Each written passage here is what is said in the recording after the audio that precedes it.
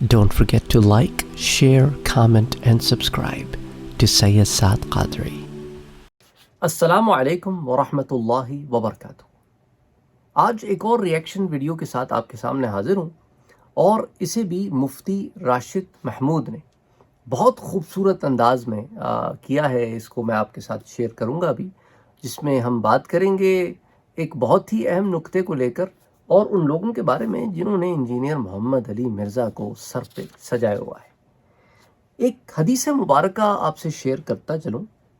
حضرت ابو ہریرہ رضی اللہ تعالی عنہ سے روایت ہے کہ پیارے نبی صلی اللہ علیہ وآلہ وسلم کا فرمان پاک ہے کہ اللہ تعالی کا ذکر اور اس کا دم بھرنے والے اور عالم اور طالب علموں کو چھوڑ کر بقایا دنیا اور جو کچھ اس دنیا میں ہے ملعون ہے۔ اس روایت کو امام ترمذی نے روایت کیا ہے، درجہ حسن کی روایت ہے۔ امام ابن ماجہ نے بھی اسے روایت کیا ہے۔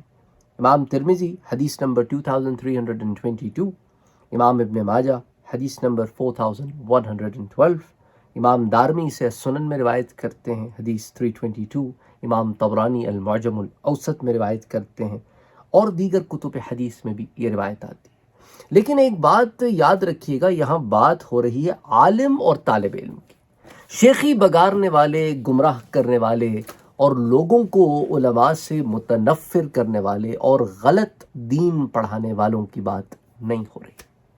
یہ آپ صحیح سمجھے، میں بات کر رہا ہوں وہ شخص جو انجینئر محمد علی مرزا کے نام سے جانا جاتا ہے، اور اس کے اسٹوڈنٹس اپنی جہل میں، کیونکہ علم والا علم والے کو سمجھتا ہے اور جاہل کو نہیں پتا ہوتا کہ علم کیا ہے اور جہل کیا ہے، وہ اکثر یہ کمنٹس کرتے ہوئے نظر آتے ہیں کہ اب ہم بے وقوف نہیں ہیں، ہمیں پتہ ہے۔ اور اتنا پتہ ہے کہ انجینئر محمد علی مرزا اپنے جہل میں ان کو الو بنا گیا اور خبر بھی نہیں ہوئی، اتنا پتہ ہے انہیں۔ پتہ نہیں کس چیز کا پتہ ہے۔ وہی بات ہو گئی کہ انہیں شاید وہ پتہ ہے کہ جو خط لکھنے کے لیے چاہیے ہوتا ہے۔ اینی وے، آپ کے ساتھ ایک ویڈیو شیئر کرتا ہوں، اور دیکھتے ہیں کہ مفتی راشد محمود صاحب انجینئر مرزا کے بارے میں، انجینئر مرزا کی زبان سے نکلے ہوئی بہت ساری باتوں کا جو تجزیہ کرتے ہیں، اس کے بارے میں کیا کہہ رہے ہیں۔ اور آپ لوگوں سے گزارش ہے کہ مفتی راشد محمود صاحب کے چینل کو ضرور وزٹ کریں، سبسکرائب کریں، اور آپ کو ان جہلاء جو جہل پھیلا رہے ہیں ان کے خلاف علم حاصل کرنے کا ایک بہت بڑا ذخیرہ ملے گا مفتی صاحب کے ذریعے۔ اسی طرح مفتی علی نواز بھائی ہیں، ان کا چینل بھی موجود ہے۔ بہرحال اور بھی بہت سارے سورسز ہیں، لیکن ان جہلاء کے سے لڑنے کے لیے اللہ تعالیٰ نے جو ہے وہ مرداں جو ہے وہ ہمارے پاس موجود ہیں، اور علم جو ہے وہ بہت ضروری چیز ہے، اس لیے کہتا ہوں بار بار سب سے کہ علم حاصل کرو۔ آئیے ویڈیو دیکھتے ہیں۔ ہاتھ زانوں پر رکھو، زانوں پر، جس کو ہم عربی میں پٹ کہتے ہیں۔ یہ تو پتہ نہیں، اتنا جاہل تو کوئی بھی نہیں ہے، اتنے جاہل بھی مارکیٹ میں آ گئے جو مرزا صاحب کو مجدد نہیں مان لیں گے، اب مجدد ماننا چاہیے ان لوگوں کو۔ اس بارے میں جو ہے ہمیں کمنٹس کر کے ضرور بتائیے گا کہ دور حاضر کے مجدد انجینئر محمد علی مرزا ہیں یا نہیں۔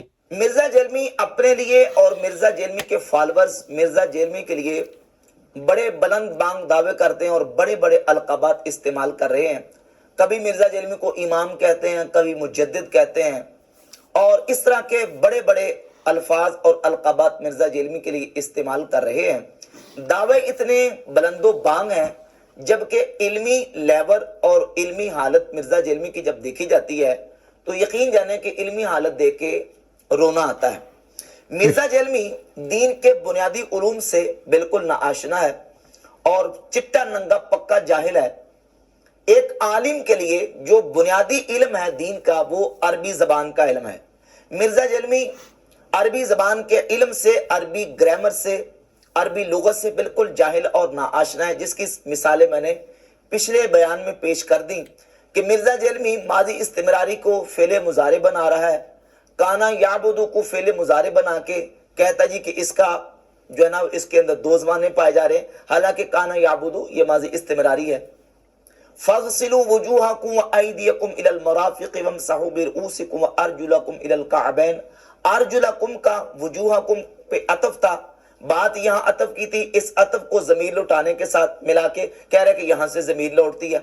لفظ سید اور سید کے اوپر جو اس نے تحقیق کی، نادر و نیاب تحقیق جو پوری لغت عرب میں کہیں نہیں ملے گی، وہ بھی آپ کے سامنے میں نے اس کی مثال پیش کر دی.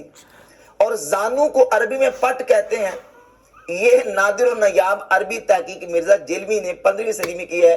آج تک عربی لغت کے علماء اس سے ناآشنا تھے. تو اس طرح کی جہالت کے چند نمونے میں نے آپ کے سامنے عربی گرامر کے والے سے مرزا جیلمی کے پیش کیے. اور اصول حدیث کے اعتبار سے مرزا جیلمی بالکل پکا چٹا ننگا جاہل ہے. جب بات آتی ہے کسی حدیث کو صحیح کہنے کی یا حدیث کو ضعیف کہنے کی تو فوراً سہارا لیتا ہے بقول مرزا اپنے ماموں کا، چونکہ امت کے اماموں کو یہ کہتا ہے کہ یہ اپنے مامے اپنے کو رکھو، ماموں پارٹی. تو اب میں مرزا کی زبان میں مرزا کو جواب دوں گا کہ اپنے ماموں کا سہارا لیتا ہے مرزا جیلمی، کبھی البانی اور کبھی زبیر زئی کا سہارا لیتا ہے. جب اصول حدیث کی بات ہے کہ دیکھیں میں نے پیش کیا تھا مرزا جیلمی کو، ایک چیلنج کیا تھا مرزا جیلمی کو کہ تم نے یہ جو روایت سیدنا عبداللہ ابن عمر رضی اللہ عنہ کے حوالے سے سنن کبریٰ سے بیان کی ہے کہ عبداللہ بن عمر خوارج کے پیچھے نماز پڑھا کرتے تھے، اس میں یونس بن عبید کا نافع سے حدیث سننا ثابت نہیں ہے. اور اجلہ آئم محدثین امام بخاری، امام ترمذی، امام ابو داؤد، علی بن مدینی، یحییٰ بن معین، امام احمد ابن حنبل، امام ابو حاتم، بڑے بڑے اکابر امت کے آئمہ محدثین نے لکھا ہے کہ یونس بن عبید نے نافع سے حدیث کو نہیں سنا. تو اس کا جواب دیتے ہوئے مرزا جیلمی کہتا ہے جی شیخ زبیر صاحب نے اس پر تحقیق کی ہے، یہ حدیث ٹھیک ہے.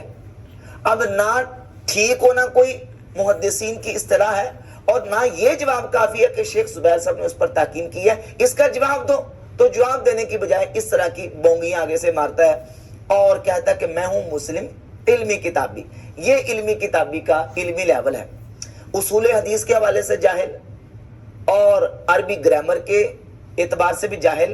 اور آج کی گفتگو میں ہم نے مرزا جیلمی کے حوالے سے اس کی تاریخی جہالتوں کے چند نادر و نایاب نمونے آپ کے سامنے پیش کر رہے ہیں، جس سے آپ بخوبی اندازہ لگا لیں گے کہ مرزا جیلمی کتنا بڑا جاہل ہے اور لوگوں کے سامنے اس انداز سے بات کرتا ہے کہ گویا کہ کہتا ہے سارے مولوی انہوں نے کتابیں اپنے پاس ان کے پاس پڑھی ہوئی ہیں، پڑھی ہوئی نہیں ہیں. میرے پاس جو کتابیں وہ پڑھی ہوئی ہیں، اور وہ جو دعویٰ کرتا ہے پڑھی ہوئی ہونے کا، مرزا جیلمی کی حالت یہ ہے کہ ان کتابوں سے بالکل ناآشنا اور نابلد ہے. مشتی از خروارے، ایک ڈیر سے ایک مٹھی اٹھا کے دکھا دینا کافی ہوتا ہے، اس ڈیر کی حیثیت پتہ چل جاتی ہے کہ اس ڈیر کے اندر کتنا کچھ ہے. تو مرزا جیلمی کی جو تاریخی جہالتیں ان میں سے چند میں آپ کے سامنے رکھوں گا، اس سے بات بالکل واضح ہو جائے گی کہ مرزا جیلمی تاریخی اعتبار سے صحابہ اکرام کے احوال اور تاریخ سے کتنا جاہل ہے. ایک حدیث بیان کرتے ہوئے مرزا جیلمی نے سیدنا زید ابن ارقم الانصاری خزرجی رضی اللہ تعالیٰ عنہ کا تذکرہ کیا اور کہا کہ یہ زید بن ارقم وہی صحابی ہیں جن کے گھر میں دار ارقم تھا، یہ دار ارقم انہی کا گھر تھا. سیدنا زید ابن ارقم سابقون الاولون میں سے ہیں، یہ دار ارقم ان کا تھا. وہ عمر سیریز میں بھی آپ دیکھ لیں، مکہ شریف میں ایک گھر تھا جہاں نبی صلی اللہ علیہ وآلہ وسلم دعوت و تبلیغ کا کام کرتے تھے. حرم میں تو کافر نہیں آنے دیتے تھے، جس طرح ہمارے آج کل کے مسلمان حق گو لوگوں کو مسجدوں میں نہیں آنے دیتے، اور ہم نے یہ دار ارقم ایک قائم کیا ہوا ہے. جبکہ یہ اتنا بڑا تاریخی بلنڈر ہے کہ جس کا دور دور تک کوئی توق ہی نہیں بنتا. کیوں؟ اس لیے کہ زید بن ارقم رضی اللہ تعالیٰ عنہ یہ مدنی انصاری خزرجی صحابی ہیں، مدینہ شریف کے رہنے والے تھے. اور نبی پاک صلی اللہ علیہ وآلہ وسلم نے جس وقت ہجرت فرمائی اس وقت ان کی عمر چھوٹی عمر تھی، چھوٹی عمر کے صحابہ میں شمار ہوتے ہیں. جبکہ یہ دار ارقم جو ہے مکہ شریف میں، یہ ارقم بن ابی ارقم المخزومی رضی اللہ تعالیٰ صحابی کا گھر تھا، جو نبی پاک صلی اللہ علیہ وآلہ وسلم کی بارگاہ میں انہوں نے پیش کیا ہوا تھا. حضور علیہ الصلوۃ والسلام اپنے صحابہ اکرام علیہ رضوان کے ہمراہ وہاں جمع ہو کے میٹنگ کیا کرتے تھے. اس کو دار ارقم کہا جاتا تھا. اور اس کی تصریحات آئمہ محدثین نے اپنی کتابوں میں بیان کی ہے. یہ صحابہ اکرام کی معرفت کے اور ان کے احوال کے حوالے سے یہ کتاب ہے. محدث ابو نعیم الاصفہانی المتوفی 430 ہجری کی کتاب معرفت الصحابہ اس کی پہلی جلد کے صفحہ 293 پہ امام ابو نعیم الاصفہانی لکھتے ہیں یقنا ابا عبداللہ توفیہ سنہ 30 و 50 فی ایام معاویہ رضی اللہ تعالی عنہ، کہ ارقم بن ابی ارقم صحابی، ان کی کنیت ابو عبداللہ تھی، اور یہ سن 53 ہجری کو حضرت معاویہ کے دور حکومت میں وفات پا گئے، اور ان کی نماز جنازہ سعد بن ابی وقاص رضی اللہ تعالیٰ عنہ نے پڑھائی، جبکہ اس وقت ان کی عمر 85 سال تھی۔ دفن بالبقیع کان نبی صلی اللہ علیہ وسلم آخا بینہ و بین عبداللہ ابن انیس، اور یہ بقیع شریف میں دفن کیے گئے، اور نبی پاک صلی اللہ علیہ وسلم نے ان کے اور عبداللہ بن انیس صحابی کے درمیان مواخات قائم کی تھی۔ وَهُوَ الَّذِي استخف النبی صلی اللہ علیہ وسلم فی دارہ بمکہ، یہ وہ صحابی ہیں جن کے گھر میں نبی پاک صلی اللہ علیہ وآلہ وسلم اپنے آپ کو پوشیدہ رکھتے تھے۔ وَيُعْرَفُ الْيَوْمِ بِدَارِ الْخَیزران فی اسفل الصفا، اور آج ان کا یہ جو غار ہے جس کو دار ارقم کہا جاتا تھا، اس کو آج دار خیزران کہا جاتا ہے، جو کوہ صفا سے نچلی جگہ پہ واقع ہے۔ تو یہ صحابی ارقم بن ابی ارقم مخزومی مکی مہاجر صحابی جو مکہ سے ہجرت کر کے مدینہ آئے تھے، پھر مدینہ شریف میں ہی ان کی تدفین بقیع شریف میں حضرت سیدنا امیر معاویہ رضی اللہ عنہ کے دور حکومت میں فوت ہوئے۔ سعد بن ابی وقاص رضی اللہ تعالی عنہ نے ان کا جنازہ پڑھایا، اور 85 سال کی عمر میں ان کا وصال اقدس ہوا۔ یہ ارقم بن ابی ارقم تھے جن کے گھر میں دار ارقم تھا، جبکہ مرزا جیلمی کتنا بڑا تاریخی بلنڈر کر رہا ہے، کہتا کہ زید بن ارقم یہ وہ صحابی ہیں جن کے گھر میں دار ارقم تھا۔ تو آپ اندازہ کر لیں کہ کس انداز سے یہ تاریخی حوالے سے مرزا جیلمی جہالت کا مظاہرہ کرتا ہے۔ اور دوسرا تاریخی بلنڈر مرزا جیلمی کا یہ ہے کہ سیدنا معاذ ابن جبل رضی اللہ تعالیٰ عنہ کے حوالے سے مرزا جیلمی نے بیان کرتے ہوئے یہ کہا کہ معاذ ابن جبل کے بارے میں مسلم شریف میں آتا ہے کہ 6 سال کی عمر میں صحابہ اکرام کی امامت کروایا کرتے تھے۔ معاذ ابن جبل کی 6 سال عمر تھی، صحابہ کی امامت کرواتے تھے، کیونکہ قرآن کو سب سے زیادہ آتا تھا۔ نہیں، صحیح بخاری کے اندر، مسلم کے اندر موجود ہے کہ معاذ ابن جبل امامت کروایا کرتے تھے، 6 سال عمر تھی ان کی، قرآن کو زیادہ آتا تھا۔ 6 سال کی عمر میں صحابہ اکرام کی امامت کروایا کرتے تھے، جبکہ معاذ ابن جبل رضی اللہ تعالیٰ عنہ صحابی جو ہیں، یہ انہوں نے اسلام ہی 18 سال کی عمر میں قبول کیا ہے۔ یہ بھی انصاری اور مدنی صحابی ہیں، اور اسلام قبول کر رہے ہیں 18 سال کی عمر میں، اور مرزا جیلمی دعویٰ کر رہے ہیں کہ 6 سال کی عمر میں حضرت معاذ ابن جبل رضی اللہ تعالیٰ عنہ صحابہ اکرام کو امامت کروایا کرتے تھے، اور پھر دعویٰ کر رہے ہیں کہ صحیح مسلم ہے۔ کہاں ہے صحیح مسلم ہے وہ روایت جس میں یہ کہتے ہیں معاذ ابن جبل 6 سال کی عمر میں صحابہ اکرام کو امامت کروایا کرتے تھے؟ بالکل جھوٹا دعویٰ، بالکل جھوٹا دعویٰ۔ مرزا جیلمی اور مرزا جیلمی کے فالوورز کو چیلنج ہے کہ وہ صحیح مسلم یہ نکال کے دکھائیں کہ معاذ ابن جبل 6 سال کی عمر میں صحابہ اکرام کو امامت کروایا کرتے تھے۔ یہ معرفت الصحابہ امام محدث ابو نعیم الاصفہانی کی، اس کی جلد نمبر 4 صفحہ نمبر 185 پہ رقم نمبر 5980 سیدنا معاذ ابن جبل رضی اللہ تعالیٰ عنہ کا ترجمہ لکھا، اور لکھا یقنا ابا عبد الرحمن، معاذ ابن جبل کی کنیت ابو عبد الرحمن ہے۔ اسلم وہو ابن 18 سنہ، جس وقت معاذ ابن جبل نے اسلام قبول کیا اس وقت ان کی عمر 18 سال تھی۔ وتوفی وہو ابن 38، اور جس وقت آپ کا وصال ہوا اس وقت آپ کی عمر جو ہے وہ 38 سال تھی۔ وکیلا 30 وکیلا 34، بعض نے یہ کہا کہ 33 سال، بعض نے یہ کہا کہ 34 سال تھی، اور ایک قول کے مطابق 38 سال آپ کی عمر تھی۔ تو معاذ بن جبل رضی اللہ تعالیٰ عنہ جو ہے وہ 18 سال کی عمر میں اسلام قبول کر رہے ہیں، جبکہ مرزا جیلمی دعویٰ یہ کر رہا ہے کہ 6 سال کی عمر میں صحابہ اکرام کو نماز پڑھایا کرتے، یعنی اسلام قبول کرنے سے پہلے نماز پڑھایا کرتے تھے۔ تو یہ ایک اتنا بڑا تاریخی بلنڈر اور تاریخی جہالت ہے مرزا جیلمی کی کہ مرزا جیلمی کو قیامت تک ٹائم ہے، قیامت تک وقت ہے کہ اس کو ثابت کرے کہ معاذ بن جبل 6 سال کی عمر میں صحابہ اکرام کو امامت کروایا کرتے تھے۔ اندازہ کر سکتے ہیں آپ لوگ، یہ تو ایک گلمپس ہے اس کا، کیونکہ کچھ لوگوں نے نا پچھلی ویڈیو پہ آ کے کمنٹ کیا کہ ایک غلطی پکڑ لی۔ سر ایک غلطی کو مائنر غلطی نہ کہیں، وہ قرآن کریم کا ترجمہ ہے، اور قرآن کریم کے ترجمے اپنی مطلب سے کرنا، اس کو قرآن خود کیا کہتا ہے کہ وہ لوگ ہیں کہ آگ کا سودا کر رہے ہیں۔ کہ اپنا پوائنٹ پروف کرنے کے لیے خود تو بدلتے نہیں، قرآن کو بدل دیتے ہیں۔ یہی وہ لوگ ہیں کہ جس اپنا پوائنٹ ظاہر کرنے کے لیے قرآن کی عربی ہی بدل دی تاکہ ترجمہ اپنے مطلب کا نکل آئے۔ یہ کوئی چھوٹی بات نہیں ہے، اس کو آپ مائنر نہ سمجھے، ایک غلطی، یہ تو وہ ایک غلطی ہے، وہ جیسا کہ مفتی صاحب نے فرمایا کہ کسی بھی چیز کو جج کرنے کے لیے، بریانی کو مثال کے طور پہ دیکھنے کے لیے اس کے چند دانے ہی بتا دیتے ہیں کہ بریانی کیسی ہے، پوری بریانی کھانے کی ضرورت نہیں ہوتی دیکھ کے دیکھ۔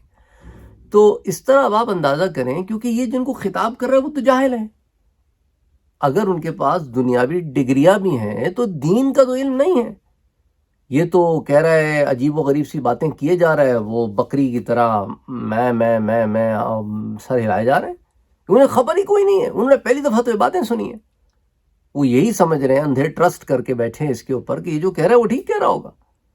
یہ تو چھوٹی چھوٹی مثالیں، آپ کو تھوڑی تھوڑی مثالیں دی ہیں بتانے کے لیے کہ یہی نہیں ہے صرف،